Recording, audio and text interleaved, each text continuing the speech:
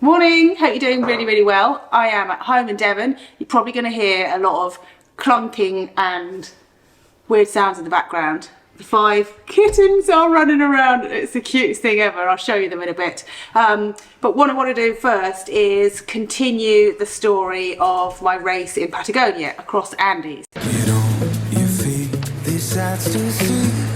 Rolling hills, city streets, ocean to ocean, and all in between. It's out there just waiting. Got some weird snacks that I thought were crisps that aren't crisps. We got no plans. Good things come to those who can. Live moment to moment and all in between. It's out there just waiting on you and me. Anyway, let's get on with the story of Across Andes. So, end of the last video, it is dark, cold and raining, and I'm wondering whether I should or could get up at 3 a.m. and ride to the next checkpoint in the dark, in the freezing rain, in the cold. So let me rewind a bit to give a bit of context to the story that I'm about to tell. On the third day of the race, I suffered from the cold. In fact, I cried because I was so cold. But physically and generally mentally, like aside from the cold issue, I was actually doing okay. I bumped into Chaz and Alvin as they were riding out. Oh, cool! And I was in high spirits, so were they. We cheered, waved at each other, everything was fine. What happened next was kind of pivotal in my decision making and therefore the rest of this story. At the gas station in La Junta, which I don't know if you remember, is in the northernmost part of the race and was where I was planning to stay for a couple of nights to do the out and back to checkpoint 2. I started chatting to other riders. So I said to the other riders, so I'm thinking of getting up at 5 or 6 and riding to checkpoint 2 and back the next morning. And I got quite a lot of negative feedback from that. People saying, oh, it's a really hard ride. And I was told that I should leave at 3 a.m. if I wanted to make it to the checkpoint by lunchtime. That was quite a shock to me, and I carried that thought with me as I rode to the hostel where I was staying. It just sort of threw my plans off because, as I said, I was planning on getting up the next morning after a night's rest, riding to and from the checkpoint and then spending a second night at my hostel. It just threw all my plans out and made me question everything. And what you don't want to be doing when you're quite tired in the middle of an ultra is questioning your plan. So that for me is where it all went wrong.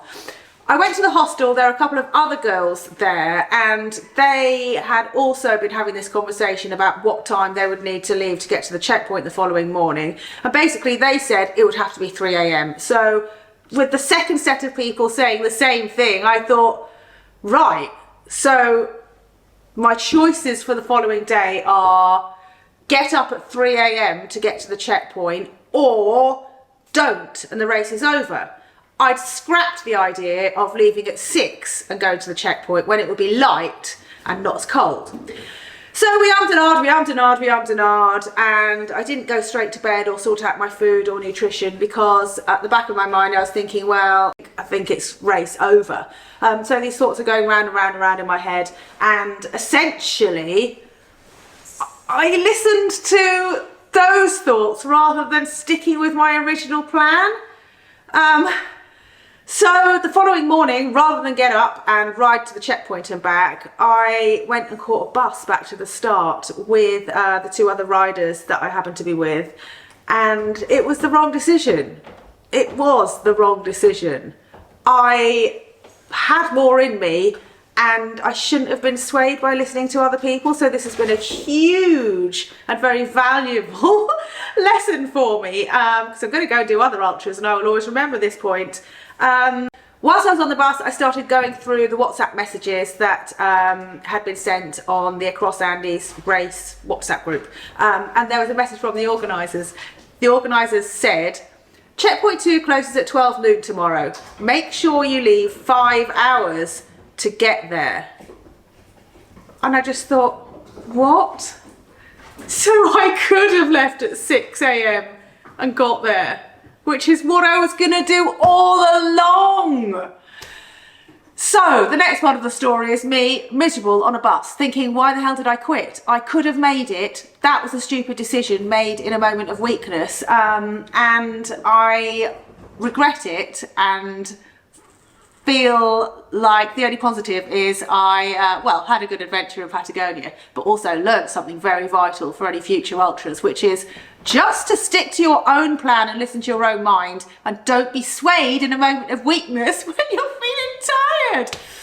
So I went back to Piaiki on the bus, and I then went for a couple of rides over the next 2 days because I felt okay. And if you've gone all in an ultra, you're not riding afterwards. So I knew for sure then that I'd made a mistake and I shouldn't have pulled out. The only thing I would say is I was quite open about this and my wobbles on social media, and I did get quite a lot of nice messages from people. So if you're one of those, then thank you very much. But a couple of the most valuable ones were that any decision you make in the moment based on the facts that you have at that moment and the experience you're currently, undergoing is the right choice, because you're making it based on all the facts you can gather, everything that's going on at that precise moment. So even if later it transpires that might not have been the best decision, at that moment in time it was. So who's to know whether I really would have made it to the checkpoint in time, or if some terrible tragedy would have befallen me. Maybe my Axis battery would have run out, because it did in the subsequent days after the race, and when I swapped it for my spare, that one had run out too. So you just don't know, do you? But I do wish I'd carried on. So that's the story of Across Andes, some huge highs and lows, and that's why I like racing ultras. Next on the calendar for me is Gran Guanche Road, which is a 600-kilometre ultra in the Canary Islands. You race across all of the Canary Islands and you have to connect the dots between the ferries essentially. So that should be fun. Yeah, it is fun. That's why I enter them. You know what I always do? When I'm in the middle of an ultra, I think, why am I doing this? I'm not doing this again. And then at the end of one, almost immediately that it's over, I enter another. I entered this one while standing at the prize giving of Across Andes. Think about them. Anyway, that's the story of my DNF. Never mind, there'll be other races. My friend Juliana really wants to go back to the Andes with me next year to race as a pair, so maybe I will get a second chance. I hope you do really well, and yeah, do let me know anything you want to see on the channel, anything you do or don't like. No, just tell me the things you do like. I can't take the rejection. But I hope you're doing well. See you later. Bye.